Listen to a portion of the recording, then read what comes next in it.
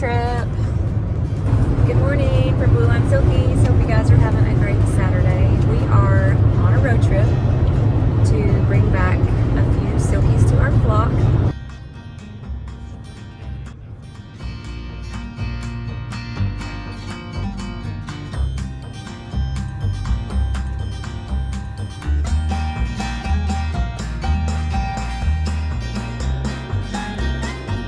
Still driving. We've got about 29 minutes, so it was raining. Thank goodness it quit. But yeah, getting closer. I think we're headed to like the foothills of a mountain. Do you know what mountain it is? What mountain is it? A rocky. A rocky one. I don't know. As long as it's not up the side of a mountain, I'm okay. And you when you park at the bottom and you carry every chicken back. Carry every chicken back. Down the mountain back and you walk up it. You may be. Still traveling. We're going through like an old town. It's really cool. Mountains, and they're pretty. There's what? There's a waterfall over there. And there's the creek.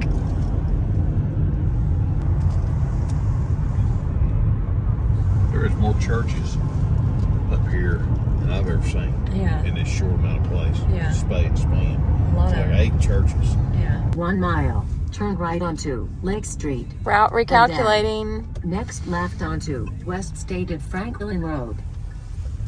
Did you get us lost? No, I know exactly where I'm at.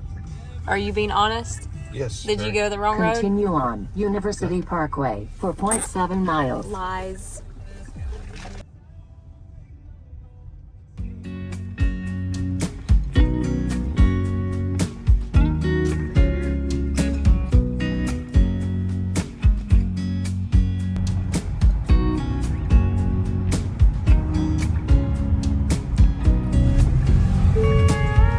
This is cool.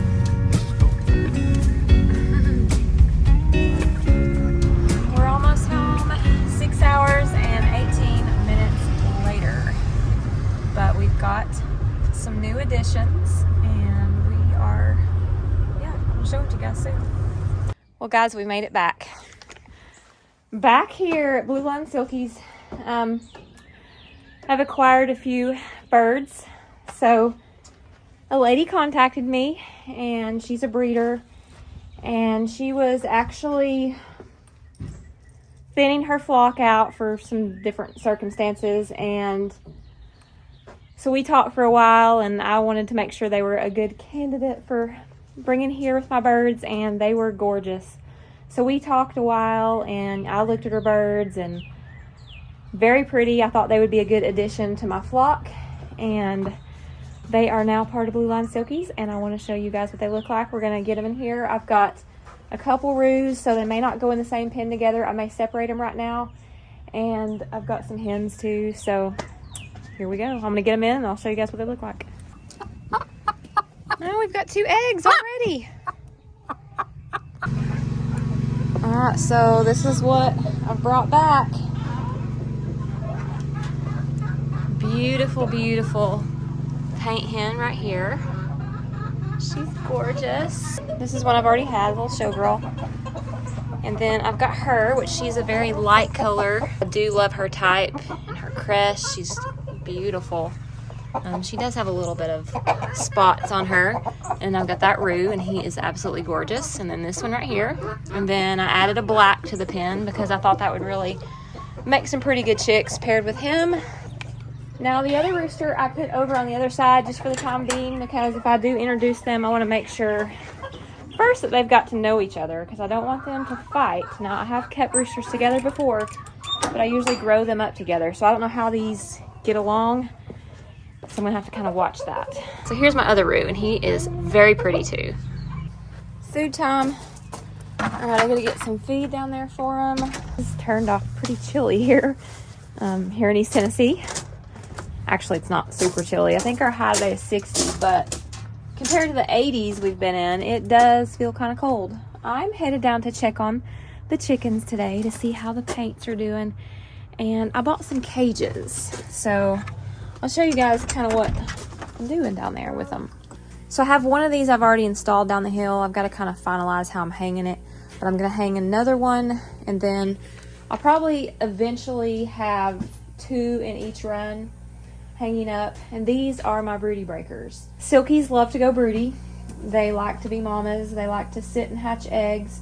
So I sometimes break them from doing it unless I want them to hatch out chicks. And sometimes I do let them hatch out. So what I do is I put them in a wire bottom cage, and the reason why is because this allows for them to cool off their underbelly, which kind of breaks a hormone cycle that they do go through while they're broody. And the sooner that you can do it, the better. And this usually takes a couple days, and then they're back to doing their normal thing. It can take longer. The longer you wait, the longer it takes. So I try to set these up to where they have like a water in them, and I try to put these in here because I can refill them easily. I've got like a little mesh thing at the top that I can just pour water in. I also usually hang like rabbit feeders in here. They hook to the sides. So I'll be doing that, installing those in here, and maybe putting some perches. Probably will, because it's not really comfortable to stay on the bottom of these wire cages. So, and when I did this cage, I also put the smaller wire on the top. Now, it doesn't come this way. These are rabbit cages. This comes with a smaller wire on the bottom, but I reversed it when I built them. And that is because whenever they poop, it will get stuck in this. This, it just falls through, and then I can just clean it up. So that is why I do that. And this is just some good tips for anybody else who has broody chickens. Now I hang mine, and I'll show you how I do it. Actually, I probably got to come up with some pieces because I don't know if I quite have enough hooks and chain, and I've kind of got little bits and pieces everywhere, so I'm on the hunt for some stuff. I think I have a few in my pocket. I'm going to carry everything down in my wheelbarrow. I wish it would warm up. I think we're supposed to be back in the 80s again this week, and I'm looking forward to it. Now, I'll show you guys my Broody Breaker that I have in here. These guys are wanting a treat. Okay, so this is kind of what I do. I have like a little 2x4 on this back wall that's got hooks, and the back part of the cage just sits on that, and I take the weight off the front by just hanging it and putting it up on the ceiling. And I have some eye bolts that I'm actually going to hook in there. Make sure it holds it really good. This is my little setup. Pretty easy to get them in. I will cut some perches that go across, maybe 2, because I can usually hold about 2 hens in here very easily. They have plenty of room. And I'll probably put another one over here so I can have 2 on both sides. And some hens may not want to be cooped up with another one, so sometimes I end up moving them around. But works pretty good. It allows them to cool off. I have a piece of chain here, but I like to keep a couple feeders. That way everybody's not trying to eat out of the same feeder. You know, if you've got one hen that's kind of bossy, then she'll kind of bully another chicken and maybe not let her eat. So I always make sure I've got 2 or 3 eating areas in each run. All right, I'm still working. So far I've got this one hung. Basically, I've just put some eye bolts up here, used some chain. You can get a hardware store anywhere. Some little hooks. Good Monday afternoon. It is a beautiful day here in East Tennessee, but chilly, very chilly. It was in the low 40s this morning when I got up, and I think it's probably 55 now. So, burr. I think tomorrow we're gonna hit the low 70s, so it's gradually warming up. But I have some chicken chores to do. So if you guys want to follow me along, let's go do this. I have a couple hanging feeders that I bought from my Broody Breakers. I used to put like little screw-on rabbit feeders, but the chickens would always like scratching out. I was having to kind of fill them up frequently. So I like my feeders where they don't have to be filled up constantly, you know, for several reasons. For one, just because it's convenient, but also it could be convenient for other people if you're gone and they have to watch your chickens as well. All right, let's see if this will work. Hey, chickens. Hey, pretty chickens. So I think that's going to work pretty good. I may have to adjust where I put it.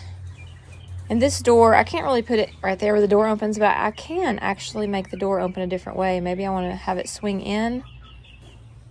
And this door can also be, everything on here is adjustable because I use zip ties to put it together. And I could make the door open up a different way. Maybe move the feeder over here if I adjust the door differently. I don't know. But for now, I think that's going to work. They have access to that and a feeder, and I'm going to go ahead and put a zip tie around this to hold this in. All right, 2 zip ties. One kind of holding it here and one holding it from coming out up here, and I can just kind of slip it out here if I need to wash it, but I'm just going to stick my nozzle in here and keep it filled up for the most part. These stay pretty clean.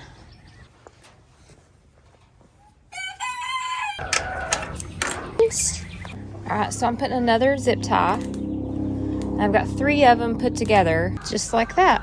I'll just use this little bungee, which might work since I've got it sitting right here. Alright guys, simple as that. Very quick, easy installation. It's not going anywhere. Another water set up for Broody Breaker. And there's plenty of room in here to put 2 or 3 of these if I was going to be gone for, you know, several days. So yeah, that works out great.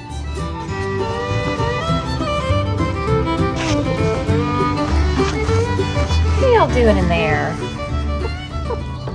That's another useful thing for these little huts right here. Somewhere they can go and feel comfortable laying.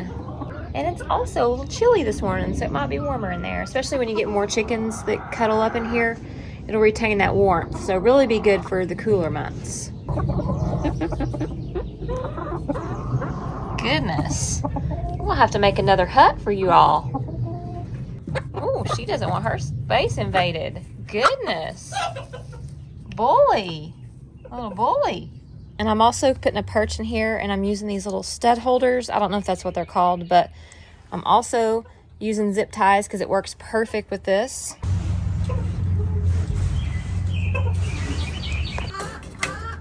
All right, perfect.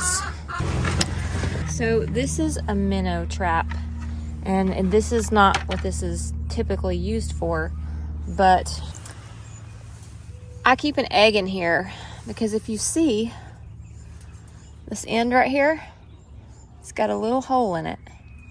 So if there's a snake rummaging around here looking for chickens or eggs, they'll see this egg and they'll go right in here to get this egg, and they will not be able to come back out. So you've trapped a snake that otherwise might have tried to get into your chicken coop and get after eggs in there or after your chickens. So I always keep one of these around, and yes, I have caught snakes in it numerous times. So nice little trap.